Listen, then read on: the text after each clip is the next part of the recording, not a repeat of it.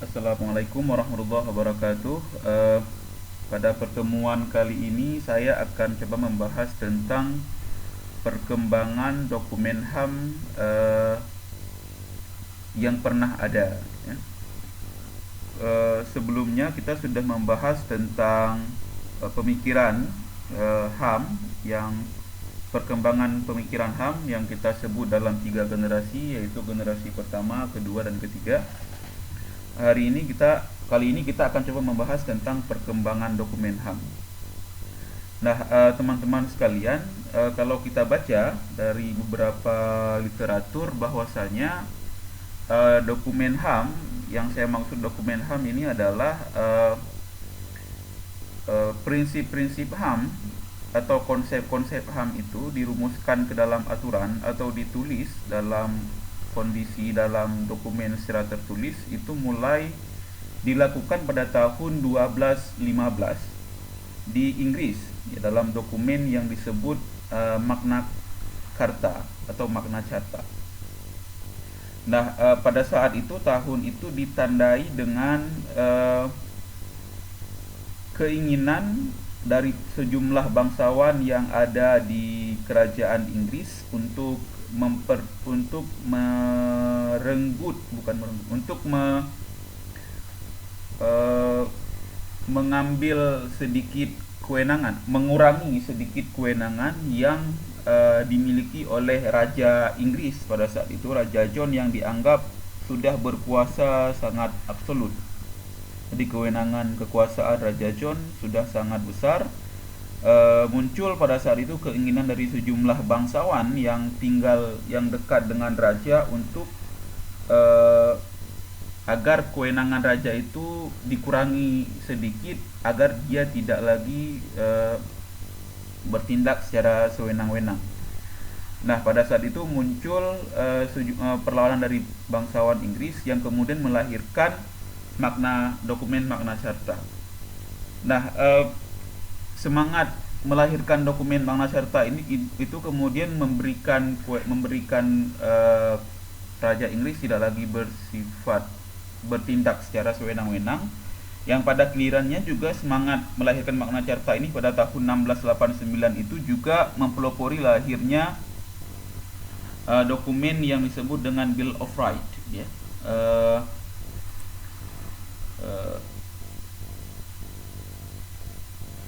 Nah, jadi itu di Inggris ada 2 dokumen pada saat itu yang lahir, yaitu Magna Carta dan Bill of Rights, untuk melawan kekuasaan absolutisme Raja Inggris. Nah, beberapa tahun kemudian,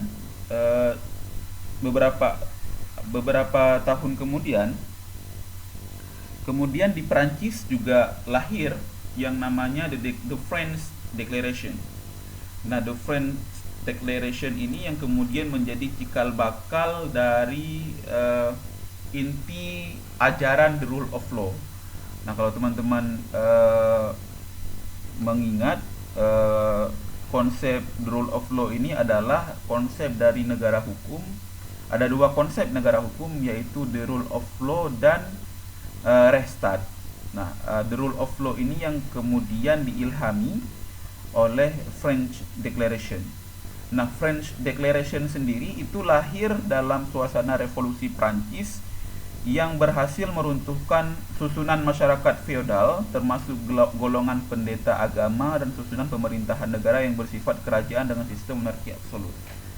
Nah, di Prancis kala itu kekuasaan agama yang ditopang oleh gereja, di mana pendeta sebagai pusat kekuasaan itu beriringan dengan kekuasaan pemerintahan yang dipegang oleh raja, memimpin satu negara, yang mana bahwasanya setiap sumber hukum, sumber perkataan atau sumber sabda yang dikeluarkan oleh raja di sana itu harus disetujui oleh pendeta, oleh gereja. Nah, apapun yang diinginkan oleh gereja otomatis akan terkabul, dan apapun yang diinginkan oleh kerajaan itu akan terkabul jika kerajaan dan gereja itu jika jika pihak kerajaan itu mendapat restu dari gereja. Nah, seringkali kondisi seperti ini itu membuat raja-raja itu melakukan semacam apa istilahnya, melakukan semacam kong kali kong dengan pendeta-pendeta untuk memuluskan rencananya. Jadi kalau teman-teman ingat pada saat itu misalnya ada perlawanan dari orang-orang luar gereja dan luar pemerintahan, misalnya seperti Galileo Galilei yang mengatakan bahwa bumi itu bulat karena doktrin bumi bulat itu tidak sesuai dengan prinsip yang dipegang oleh gereja. Pada saat itu Galileo Galilei maka harus dipaksa dihukum mati karena dia menganut prinsip yang berbeda dengan gereja. Nah, jadi sampai sejauh itu gereja mengintervensi kehidupan masyarakat dan diamini oleh pemerintahan. Nah, disebabkan revolusi Prancis itu yang kemudian disebabkan revolusi Prancis kemudian muncul 3 istilah yang ada dalam masyarakat Prancis, yaitu 3 istilah tersebut dikenal dengan kemerdekaan atau liberté, kesamarataan atau equality, dan kerukunan atau persaudaraan yang disebut atau bisa disebut dengan fourniture. Nah, kemudian dokumen-dokumen yang saya sebutkan di atas, baik Magna Carta, Bill of Rights, dan the French Declaration, ini pada kenyataannya itu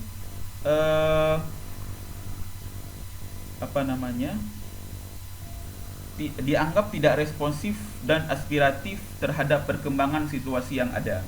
Jadi kalau kita baca ketiga dokumen tersebut, itu hanya memuat semacam prinsip-prinsip hak asasi manusia yang bersifat politik saja, misalnya, atau prinsip-prinsip manusia yang bersifat sangat mendasar bagi manusia, misalnya hak untuk hidup, hak untuk mendapat, hak untuk tidak disiksa, hak untuk mempertahankan harta, hak untuk mendapatkan perlakuan yang adil di depan hukum, tidak ditangkap karena alasan yang tidak jelas, dan sebagainya. Dan itu adalah hak-hak prinsipil. Nah, makin jauh, makin belakangan, kemudian masyarakat juga mulai sadar bahwa selain hak-hak itu seharusnya mereka juga mendapatkan hak-hak lain seperti hak ekonomi, sosial, dan budaya. Dan hak ekonomi, sosial, dan budaya ini itu tidak terdapat dalam dokumen yang ada itu, yang telah ada sebelumnya, itu dalam Bill of Rights, dalam Magna Carta, maupun the French Declaration. Nah, makanya kemudian pada tahun 1948 sejumlah negara itu berkumpul dan mencetuskan lahirnya Deklarasi Universal Hak Asasi Manusia, atau yang kita kenal dengan the Declaration of Human Rights, atau DUHAM.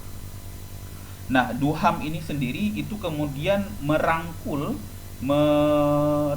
semua hak-hak asasi manusia yang telah ada baik dalam Bill of Rights, dalam Magna Carta, ataupun dalam the French of Declaration. Nah, karena itu kemudian Bill of Rights ini dianggap sebagai dokumen hukum internasional yang menentukan bagaimana seharusnya sebuah negara itu bertindak atau melayani kepentingan hak asasi manusia warga negaranya.